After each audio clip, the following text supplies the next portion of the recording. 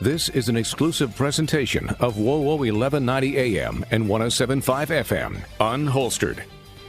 Welcome back. It is time for Unholstered. Hopefully you had a fantastic Labor Day holiday. We are back with quite the topic of conversation. Before we get to it, my name is Kayla Blakesley, just one of your hosts here on Unholstered. Good morning, everyone. My name is Sophia Rosales-Scatina. I'm a captain with the Fort Wayne Police Department, and welcome back to our show Unholstered. It's days like today. I'm so thankful that we have this show, Sophia, because I guess now it's probably been about a week or two ago. There was another shooting at our Glenbrook Square Mall here in Fort Wayne. And I don't want to make this Fort Wayne-centric per se, because this could happen at any mall at any time in any state. But when we say this show is all about sharing and telling and talking about things that don't often get discussed with law enforcement, that statement could never be more true than it is today, getting into this topic. So it was over Labor Day weekend, going into Labor Day weekend, I believe, September 1st. Yes, so September 1st. I say another shooting because we've had about 2 shootings, I think, at the mall within the last, 6 months? There was one in July. One in July. Yes. Okay, so not even so. There was another shooting. By the sounds, 2 people were having a disagreement. Shots were fired. The one gentleman, the victim, is okay.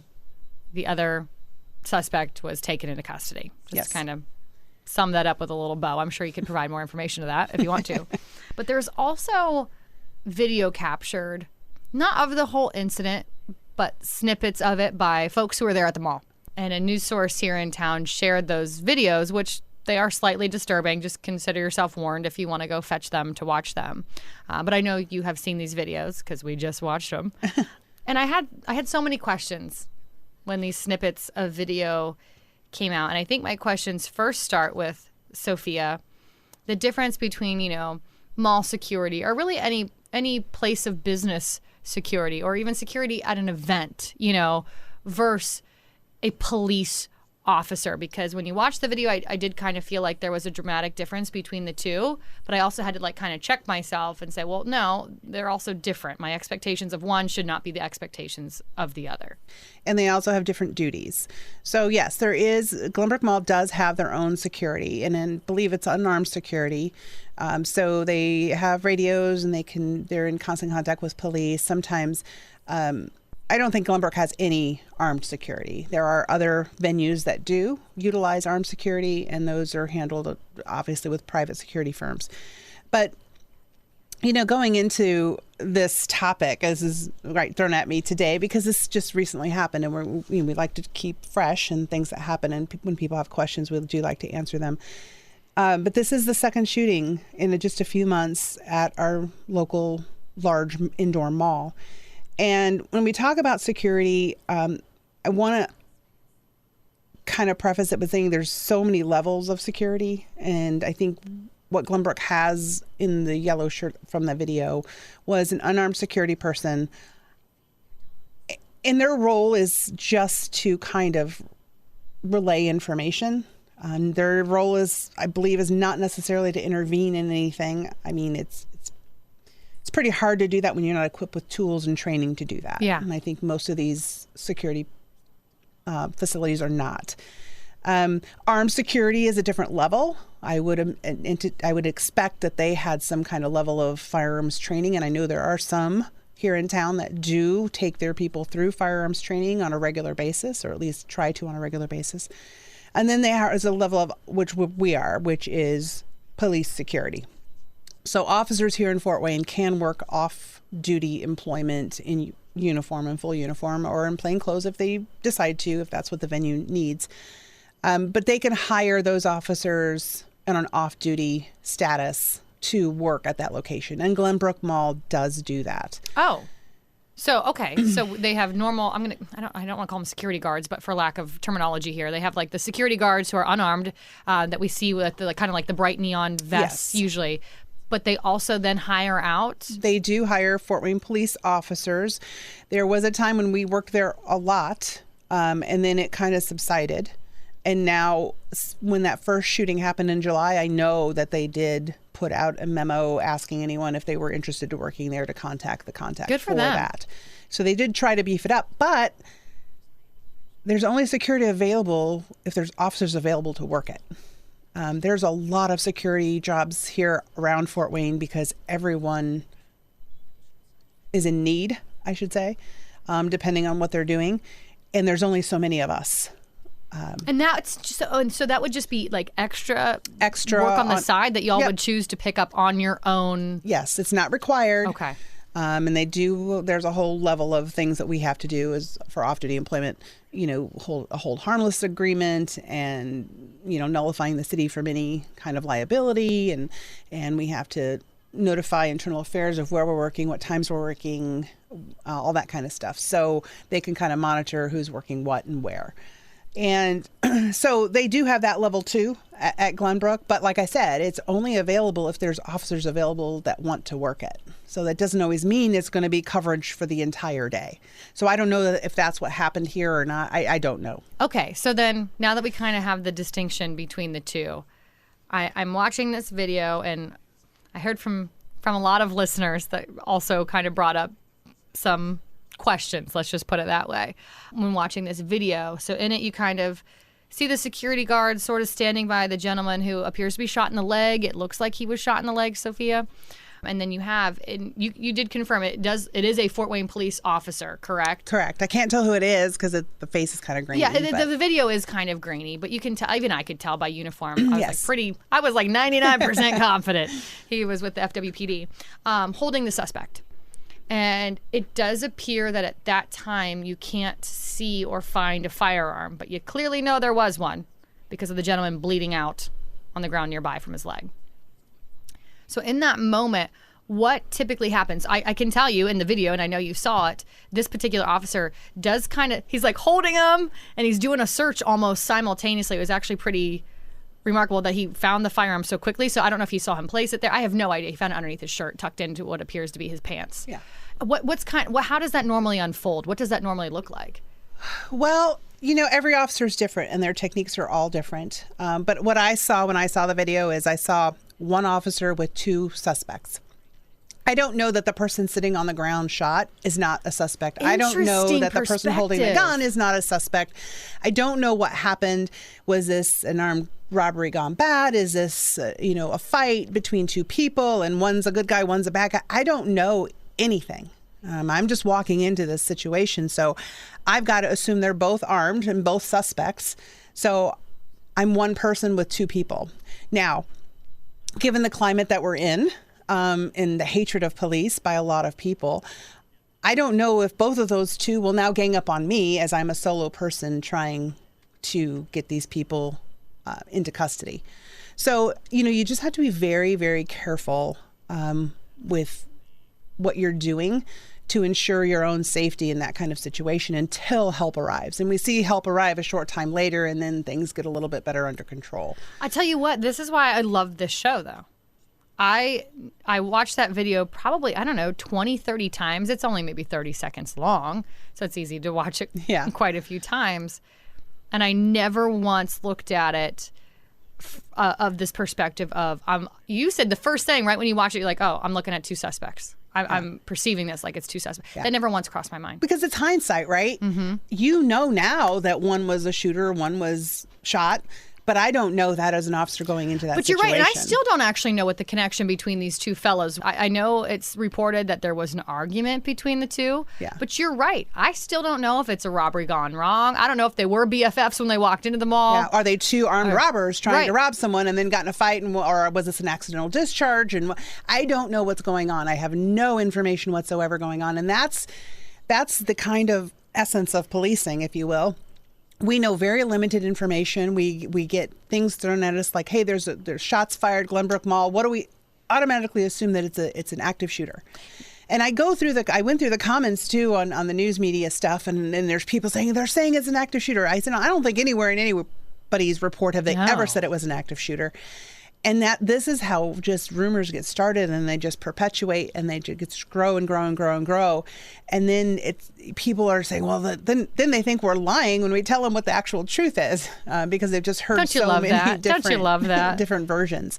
So, when I say policing is a moment-to-moment job, this is exactly what I'm talking about. We just don't have little information, and things could have gone deadly wrong with this, but they didn't. That officer held his composure. He did what he needed to do to secure himself and, as much as possible, everyone at the mall, keeping eyes on the 2 people he had in front of him that he knew were involved until help arrived. Yeah, so as you said, moments later, again in the video, it appears really quickly. I mean, this officer's holding what I'm going to call the suspect. I guess I technically, from that video, didn't know if he was in fact the shooter, but he was the guy holding the gun.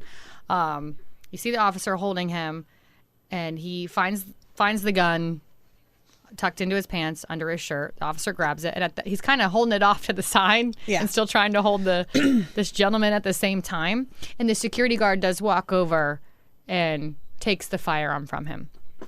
Almost simultaneously, I don't know, 3, 4, 5 officers, it looks like, a handful of officers from the Fort Wayne Police Department come in. And this is where some of the feedback came in, Sophia, so I need you to walk us through this.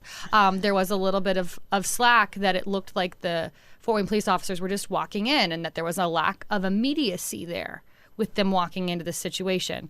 So I'm glad I get to share this because I think it's important for the community to understand. We don't know what we're walking into. We know there's an officer inside with 2 armed suspects. Are there more? Is there an ambush situation waiting to happen? We don't know. Again, we just don't know. And in hindsight, we know because we know there were only 2 people involved. But as I'm going in as an officer, I still don't know. And this officer, I do not know what the radio traffic was. I do not know where he said his location was. I know when I read it, and because I went out there as duty chief, part of my detail is to go out and handle these kind of situations. So I didn't make the scene. But in everything I read, it said it was by the fountain. Well, the fountain is a little ways into the mall. Mm-hmm. Again, lots of stores, lots of opportunities for people to be hiding for an ambush situation. So I think, don't be so quick to judge the immediacy. We're ready to engage in whatever's going to come our way, but we're also going to be a little cautious when doing it. I don't know what the officer had radioed on the radio with. Did he just need a 15? I don't know, or which is an assist. I was just going to say, what's a 15? What's a 15, Sophia? Did he just need an assist? Did he need an assist immediately? I mean, there's so many codes that he could have given, but I don't know what they were. So I can't say that these officers were lagging behind or not doing what they were supposed to do because I don't know what that radio traffic was. But I don't find anything wrong with that because, just walking into a building is kind of dangerous for us these days. So I think taking that extra moment of caution, he wasn't screaming on the radio that he was in a fight. Nothing like that was going on. So we just kind of know each other. And this is kind of what happens when you build those ties on the street. You know in someone's voice when someone needs something immediately. And I've been on the other end of those calls when officers are calling for that. Well, like I said, this kind of goes back to why I just love this show so much. It's having the perspective from the other side because it is so easy to sit and judge and act like, well, I would have ran right in there. You just don't know what you're running into. And that's the thing. That's, all these things are going through our minds at the same time we're thinking about what if this happens, then I'm going to do what? And what if this happens, then I'll do what? It's all of this stuff going through past experiences. We know when the last shooting was in July, it was between 2 people. Do we have the same thing? There's so many things going on that, you just see a video. And that's why I said, just be careful when you see these videos and just hold judgment until you have all the facts and know what's going on and know how we operate. Everyone can say in hindsight, because it was only 2 people involved in this incident, that they would have done a lot of things. But if you didn't have any information about that, even from another officer coming when he just said, I just need an assist, even if he did say I have two suspects with me, still you don't know if more are involved because you just don't know what's going on in the situation. And something I kind of took issue with when I was looking at some local reporting, and this is what actually initially made me click on the videos to watch. When I say videos, because there's one video is like maybe a snippet of maybe 6 seconds, and then the more lengthy 25-second video that I'm talking about where you see the security guard and the officers come in. There's this moment then as the officers do come in, again, maybe 3, 4, 5 of them. And then as soon as they kind of walk in, the one officer joins the officer who's holding said suspect or who appears to be the suspect. And they kind of take him to the ground and it looks like they handcuff him in the video. And then the video stops. So I don't really know what happens there.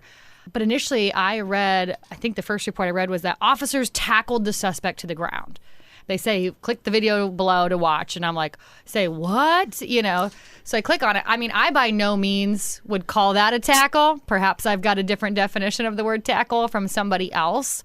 But it appears, again, the one officer's holding the suspect. The other officer walks in, and it almost looks kind of like I don't want to say trips, but puts the leg in front of the suspect's leg and just kind of puts him down on the ground.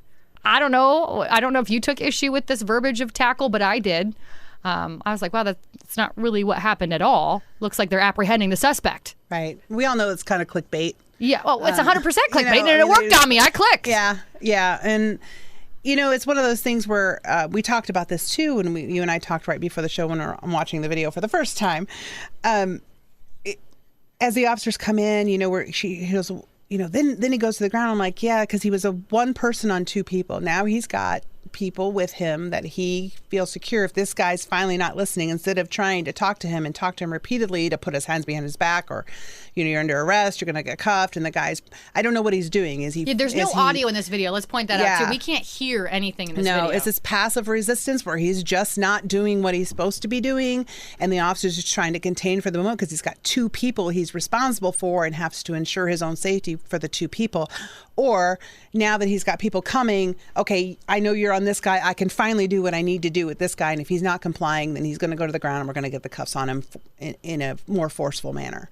So without knowing that kind of context, I want to refrain from any kind of judgment on what had occurred after that, because I just don't know. And I would always presume, and we'll learn more as this progresses. As we learn more facts about what happened. But this was not an active shooter situation like we've seen in other cities. This was a fight between two adult men, and it turned into a gun battle. Has anyone been charged or anything like that? Like, what's the latest update on the case that you can share? That I don't know. I haven't seen anything, but it doesn't mean it hasn't happened or isn't going to happen. But I think there's a lot of video footage. Because if you don't know, the mall is completely full of videos, and they have to piece all those together to find out what happened, take victim statements, take witness statements. They have to kind of put that all together and then present that to the prosecutor's office for determination of charges. Now, listen, I want you to be honest with me on this next one. Okay. You know I work in the media. I'll try. You obviously work at the Fort Wayne Police Department. That's what makes this show so great. Yes.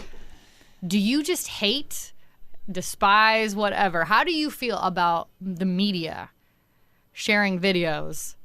Like the videos that we're talking about today. That video was shared by local media here in town. What are your thoughts on that?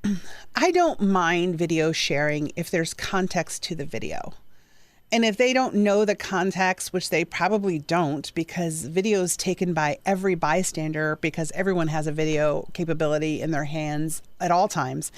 And we just see video after video after video, but with no context. And we don't know at what point are you editing this video? Are you shortening it at this precise moment to make it look a certain way? Because we all know that stuff happens every day.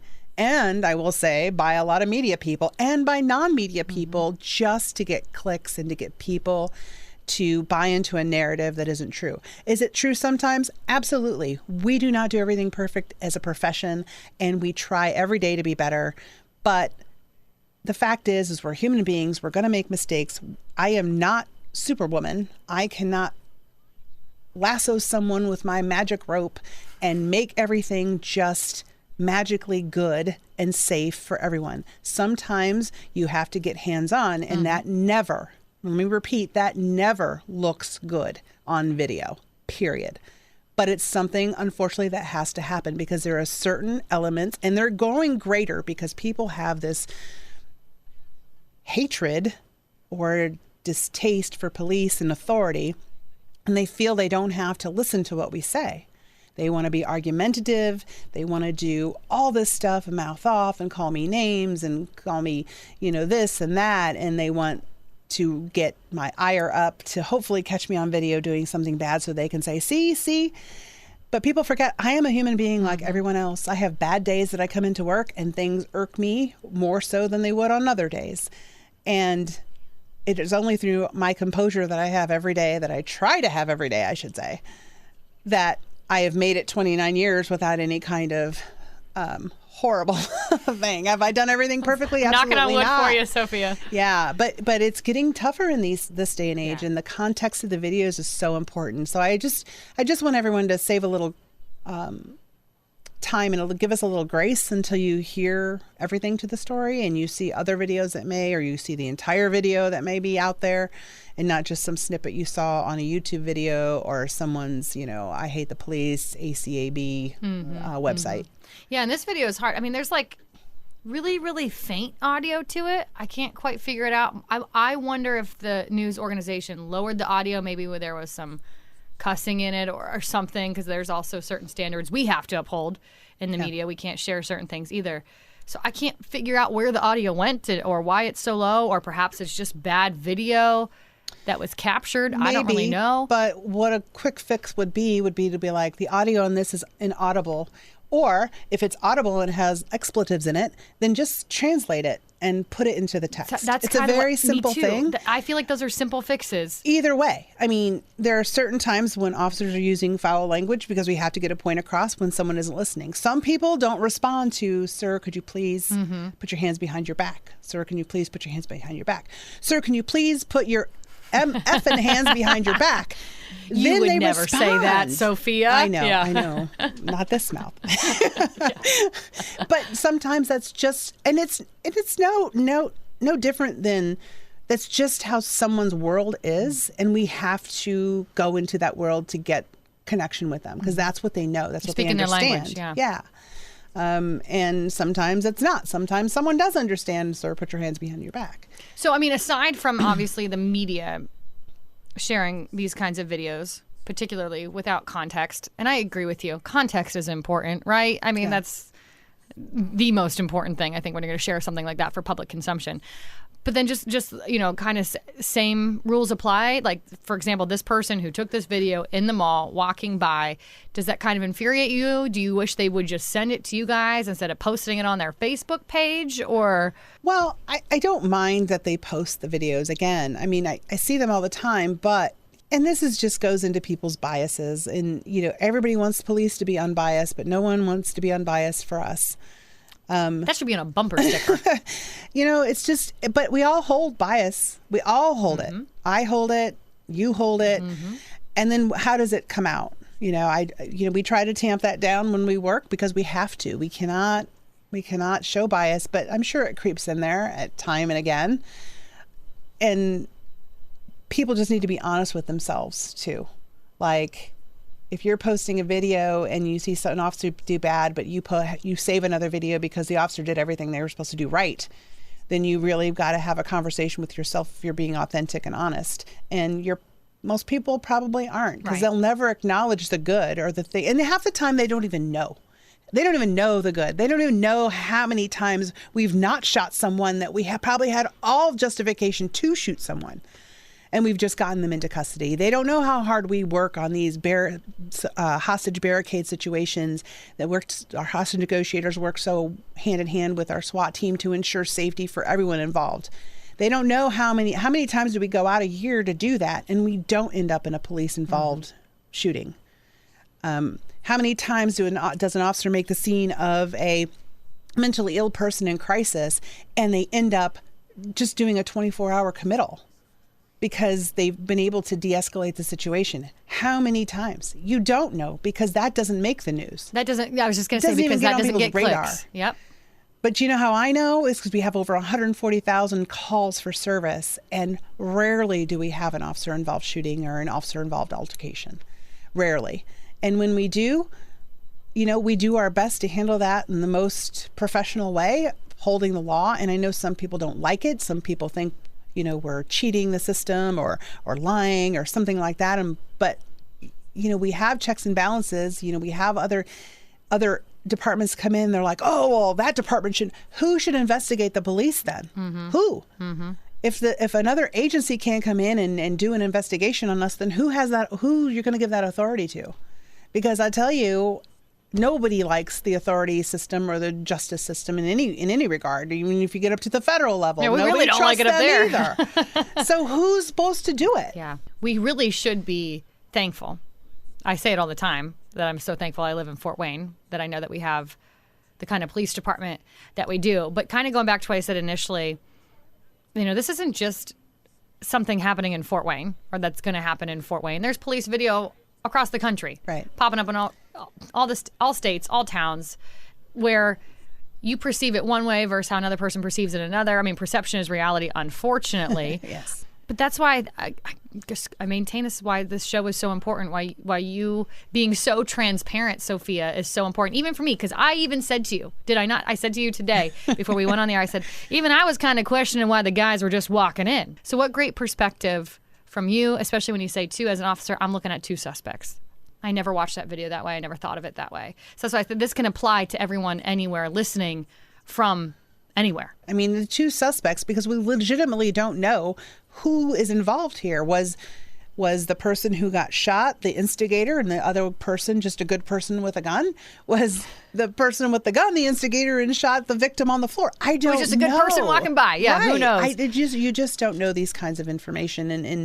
And that's why I said it's just important to wait for facts to come out and for us to give you information that we can. We can't give everything because it's part of, the legal process. But we try to divulge information because we know this is concerning to the community. We know they're concerned about the security and safety of Glenbrook Mall because this is the second shooting in a couple months.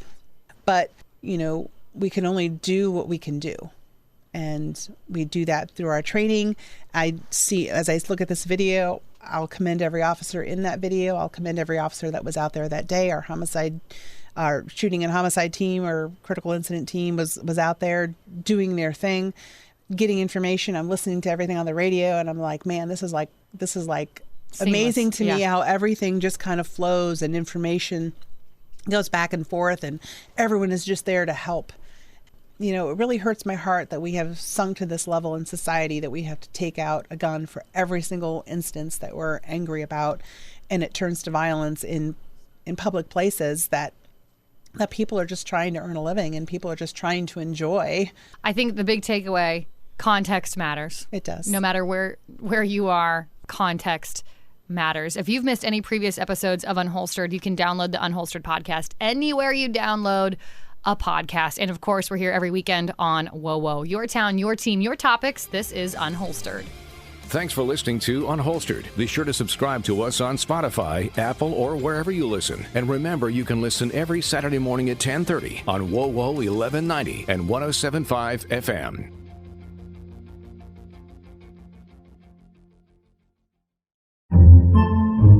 Podcasts by Federated Media.